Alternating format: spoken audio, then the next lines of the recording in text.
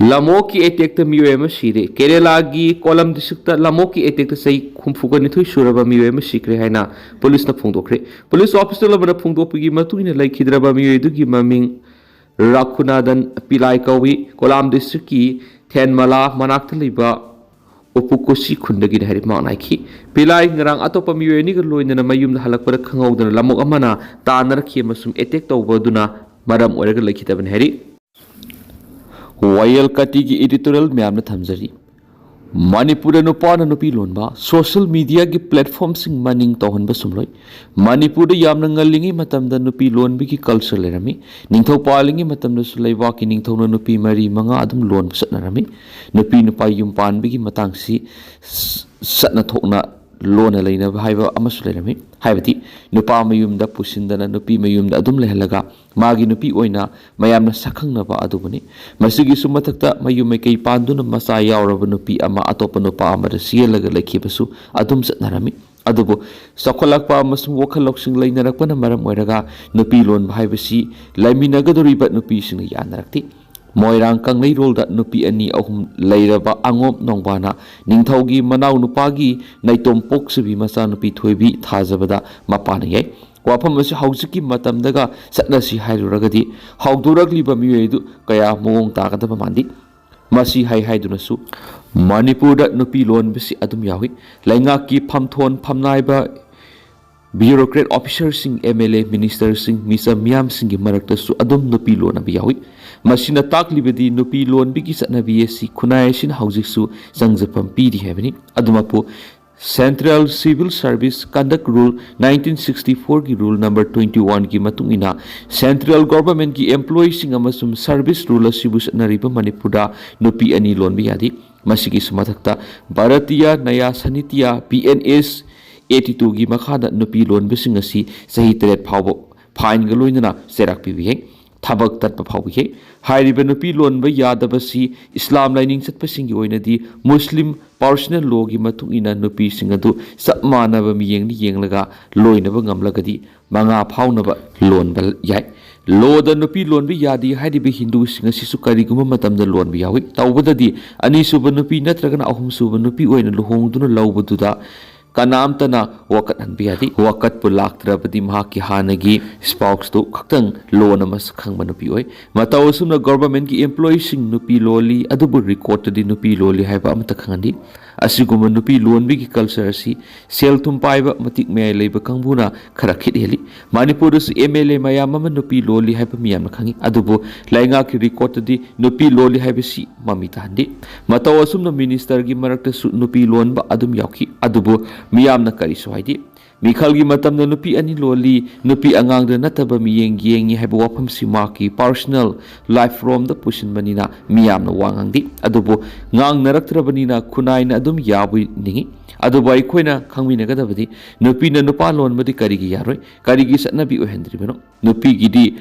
mak amal lebida leba wat uheli masina takli bidi khoi khunai si nupa na pan boin adum haujiksu laigi hebani manipur hanadi gi hauna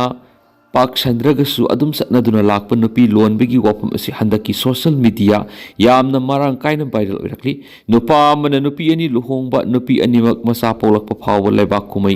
ओइबा मखै social media दा comment पिनि पुनमा असि मथक्ता नुपा नत्रगना नुपी gi aron balam satpu social media da thagat pegi wathuk mayam amasu lakre masimak blackmail tawnana pegi khulai on sisinarakpani asigumba mawong sumdaba misa miyamna yenghaidaba masum kanagumba miyoi amaki ikai kumnaba sathina manghanba posting adu kanana thakatliba no haibasi khudakta khangdolaga logi matungina serak pibi gi tangai fadabale masina taklibadi aikoi punamakna sisinariba social media gi platform sing asi maranai oina natragana miyoi खरना सिजननिंग ममोंगदा सिजनबदा authority ना मियेंग संगदी है ताकने मणिपुर गा मरी लेनबदा लोल अमद हेक्ता इरांग थोपु याबा ngang narakpa migi kai khumnaba mangba yaba wapum puthorакpa photo natragana video sing upload tongnarakpa se pungkun ga mari sumna yengsin bigi tangai fadaba matam yori kana gumba khrana wakalakpa ngai duna leiragadi isam samjabi imung amagi nupi angang phawpa masa mathan sijabigi thawdo tholakadori maram yam asi yenglaga manipur laingan state asigi cyber crime police station hena pakthok sakthok han bigi tangai fadaba le मियोई lakh कुन की मनुंगदा अमना थगलकपनी uhawdre khangawdre habisi haiba yadana ba pung kun gamari sumna social media gi platform sing si yengsin bagi tangai patabale ASP ama haptuna cyber crime yengsina badi thamli adubo makhoina uhawdabagi ni khangdi thadorakpadagi ni khangdi social media gi platform kya dana taisa da video semjin sajin ba paw semjin sajin ba photo AI sisinaraga mi gi ikai khumna ba mang bia ba video footage kya marum social media da viral weri thagalagli ba mioi singa du pharaga leba sigi lon yadi heba khangnana ba sapsa ba sara du phangali heba miyam da utkadabani punama sigi matak state sigi matik mayai leraba mioi kya mana fake account मैम हांगदुना मीगी मांगनबा political गे खुदुंग चाब लौननबा मौंग मरिल सुमदबा पोस्ट के आमरम थगले असुमना fake account पाइबिसिंग असि लोइने सब खाइगदबनि कनाना सनरिबा बुटनो हाइबदु सुमि यामना खंगदबनि असिगुबा fake account पाइरगा मीगी political career मांगनबा होनरकपसिंग लेंगाना तुमिन लेबसुमदे माखोगी मथक लोगेबा अकनबा थबक लखटपम थुई मतांसदा पंजनिबा वाफमदि आइखोगी लॉ मेकर सिंग लमचत चुम मथौथै माखोइना लमचत चुमलक्थरबदि मतौ तंबा मयाम अमा थोलकनि नुपीगी इकाई खुमनबा ngakpiba pi paga leinakadaba marida lanadaba haibasina phidamningai oiba lamchat oigani masigi sumathakta asum aran khangdana social media platform singda post pangthara thagana ba masum share townabasi maning tamanwa sumdi haijaninge Selmunba UKNA amapari security force na nanchuchampur PS ki manung chanba matijang khuldagi lunjang kai baiti sei kun kauba UKNA gi kihalaga selmunba kedarama 9mm gi pistol country made amasu maru hunga konana phabangamle Okram Ibo bina MPCC gi president gi charge lauragani party amagidi MLA phauba congress yohondana ba warep lauramli February 10 kunga mari degi Manipura tha taruk ki tangak ani thona thamlakhiba president rule na sahi phagadaba tha asigi taragani thugi mamang tha asigi ohumna Manipur gi BJP legislative party ki leader khalaga mathangi numita anauba lengak semjagi haiduna governor da claim toraba matuna governor na su ayaba pirakpaga President rule lauthoklaba matungda numittumakta wasuk lauduna linglakhiba lengana tha asigi mangada tarani thuisuba Manipur legislative assembly gi tare suba mifam pangthokhiba numita all India Congress committee gi general secretary KC Venugopalna thokpa chirolamada Congress legislature party gi leader oirakhiba Okram Ebobibu Manipur Pradesh Congress committee MPCC gi president oina khalakhrabasu ngarang phawbada anoba president gi maikedi gi wafam amata kangthoraktriba karigino haina party asigi president oiramlaba ex minister amada hanglobada athuba matamda o ibobina party president gi charge lauragani haina phongdorakli AICC gi general secretary siroladura o ibobina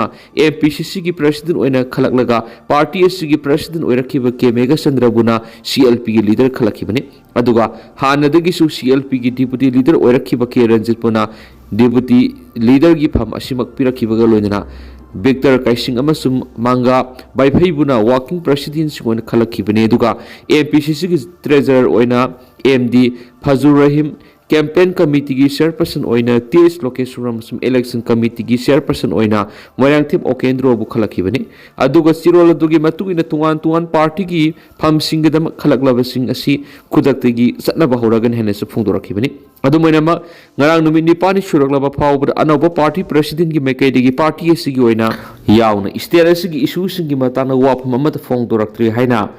makatana hanglubada congress ki maru ebulu singba sinhai party ki phamsing hongdok hungsin torok ki matana party ki MLA manga Delhi de satuna AICC ki makok thongbulu singba singa unaru rabani adubo nominini humni gi mamang nauna party president khalaklaba o ibobi imphal halakre adumoinamak nauna khalakpada CLP gi deputy leader oina yauri bi MLA K Ranjit amasum party ki campaign committee gi chairperson TS Lokeshwar ringa sinumidang wairam phawada imphal halaktabadi gi Okram ibobina party ki president gi thabak puna ba charge lawdabani MLA ni AICC amasum MPCC ga mari leinaba thabak thoram singi matangda party gi lusingba singa unadun wari watai sabe gi thabak ti lusingkhre adubo makhoi ani ge lanai goeba thabak khara Delhi amadi Guwahati na singbada leibadagi ngarang phawba halaktabani kariguma makhoi ani na ngasi numaisung numita halaklagadi mathangi numit ningthokaba numita Congress bona nauna khalaklaba party president na phamasigi damak charge lauragan heraki adumainama anawa president oirakpagi reception program na singba pangthokpagi thoramni party president masana pamjadi hairakle hari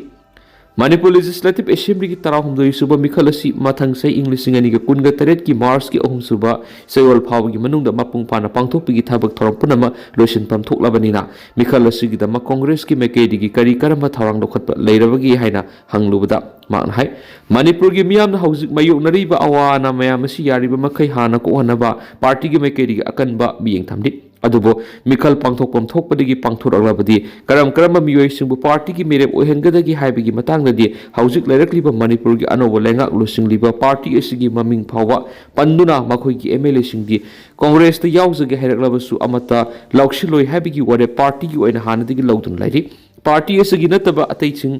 माथंगी मिखल Congress party की मेरेब ओइजगे हैरक फनायामना लाइरे दुबो MPCC की लुसिंगबसिंगना कुपना खनरगा AICC की लुसिंगबसिंगदगी अयाबा लौगदबनी हैरखी अनोब party president charge लौदुन थबक पुबो हरौलगा MPCC की मथौ ताबा थबक थोरमसिंग पांगथोकनबा अतोप फमसिंग पुननबगी party की मियोइसिंग खनबगी थबकनसिंगबसु पांगथोकनी हैरखी